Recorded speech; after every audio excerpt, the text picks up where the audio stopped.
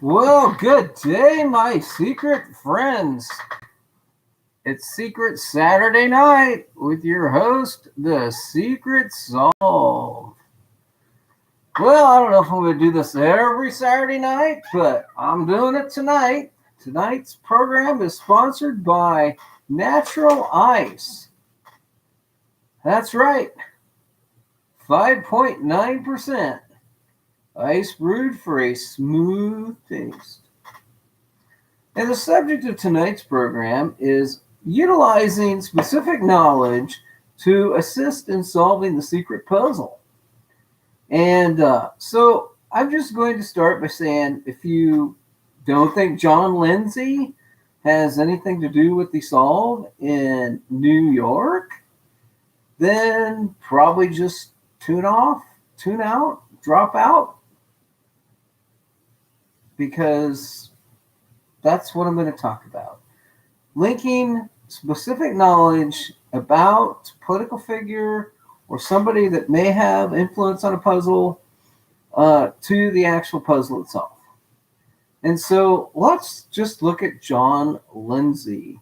He was on Good Morning America. He served as the mayor. He's a member of the United States House of Representatives.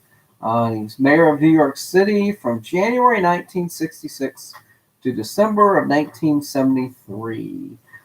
He switched from Republican to the Democratic Party in 1971.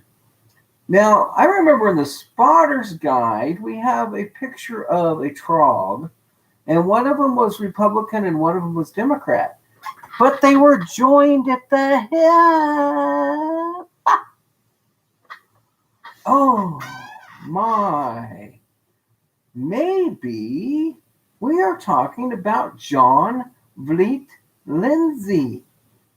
What did Mr. Lindsay have to do? Well, he has a lot to do with New York.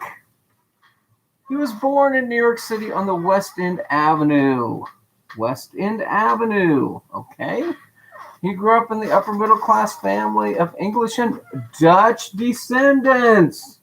Oh my God, Dutch descendants. Lindsay's paternal grandfather migrated to the United States in the 1880s from the Isle of Wight? Yeah, whatever. And his mother was from upper middle class family that had been in New York since the 1660s.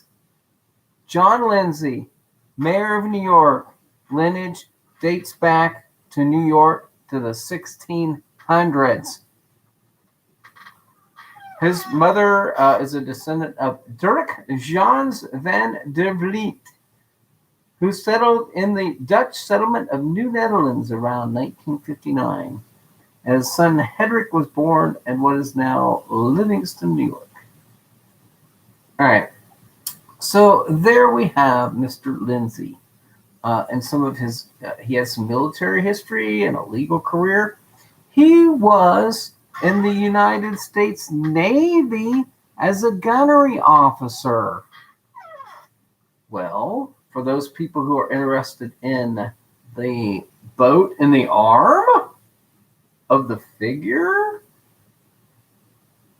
those who see a machine gun and the nose of the figure, gunnery officer. He earned 5 battle stars through action and invasion of Sicily, and he was in the Pacific Theater. After the war, he spent a few months as a ski bum. A ski bum? How much white cold representations are there in this image of New York?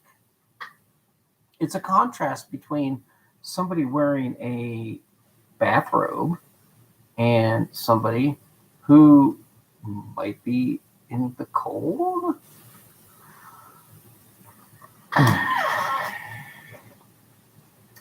Back in New York City, Lindsay met his future wife, Mary Ann Harrison, at the wedding of Nancy Walker Bush. daughter of Connecticut Senator Prescott Bush, and the sister of future President George Herbert Walker Bush, and the aunt of George W. Bush and Jeb Bush. Okay, well, that all probably pretty much happened after this was done. The whole, some of those people became president, etc. But again, Lindsay began gravitating toward politics as one of the founders of the Eisenhower Club. He went on to join the United States Department of Justice, Attorney General. Okay, he was involved with John Aspinwall Roosevelt. He won the Republican primary, and he won the Manhattan Upper East Side and the Lower East Side and Greenwich Village. That was his district from which he got represented. All right. Well, he was kind of a liberal. He was noted for extending the power of the Postmaster General to impound obscene mail. 10 by 13 is your clue. 10 by 13 is your clue. Most obscene mail came in a 10 by 13 envelope. Hint, hint, if you know what I'm talking about. Also known for his wit when asked by his party leaders why he opposed legislation about legislation to combat communism and pornography, he replied the two were the major industries of his district. Well, there you go. 10 by 13. You got what I'm talking about. Okay, Lindsay was elected the mayor of New York City in 1965.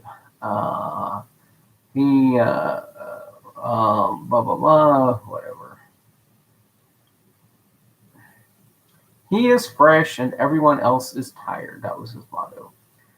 Okay, on his first day as mayor, this was January 1st, 1966, the Transport Workers Union of America shut down the city with a complete halt of the subway and bus services.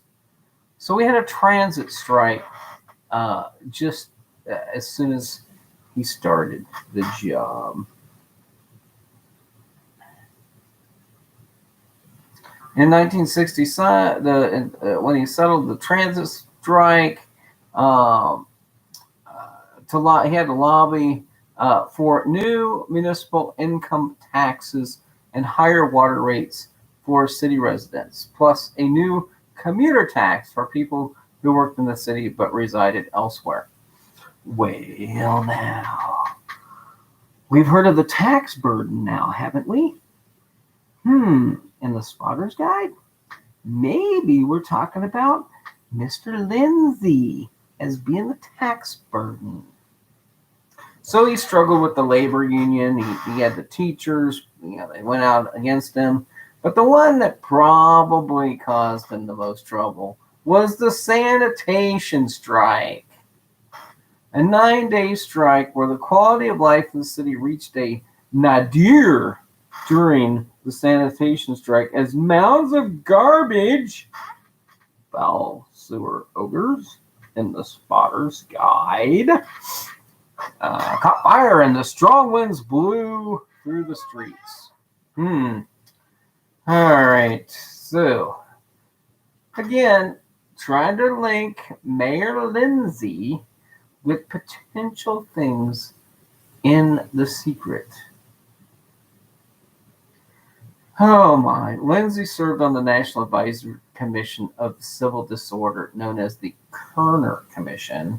And this had to do with the whole black-white unequal treatment, rhetoric, etc.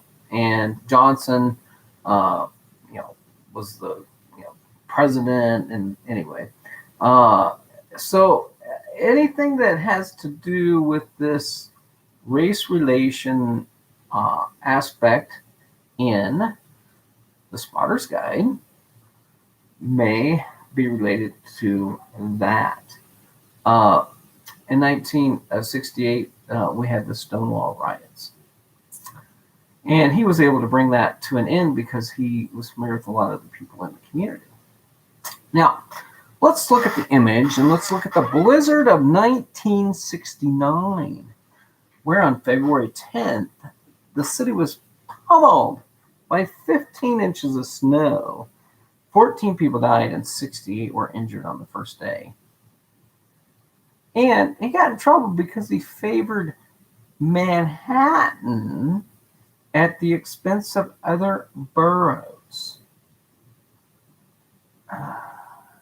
Well, could that be a link to saying Manhattan instead of the other boroughs?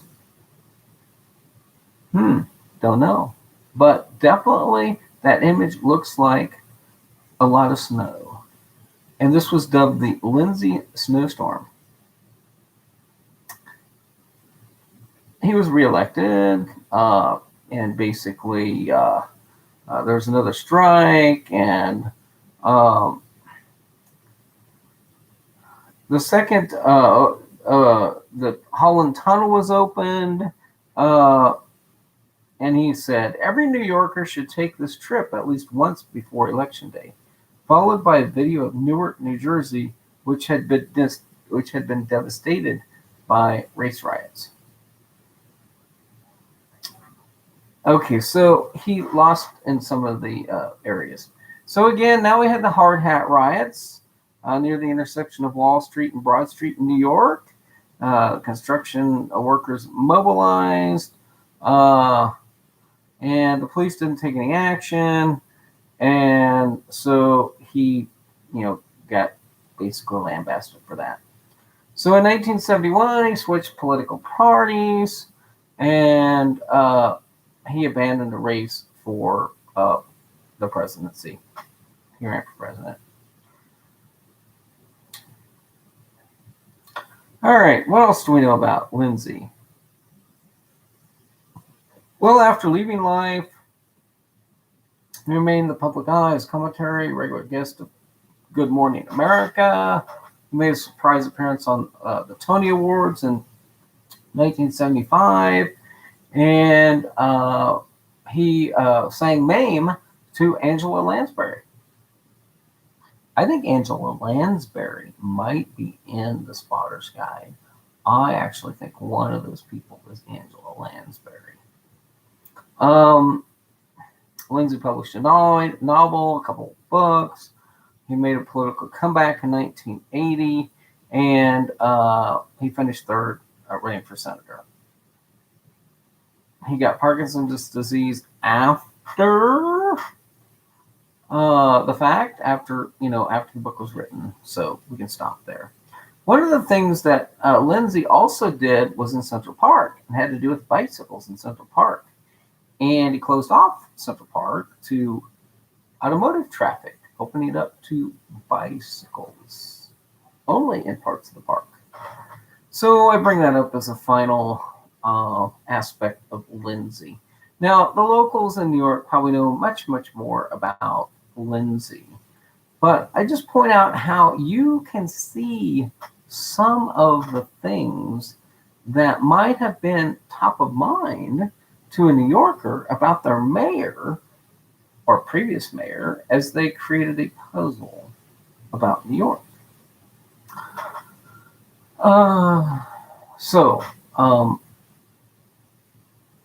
I don't know. This is how I would go about linking specific knowledge about a certain person to the images, to the puzzles, and to the Spotter's Guide. Once again, this episode has been supported by Natural Light, the beer of the poor soul who can't afford any other entertainment than YouTube on a Saturday night.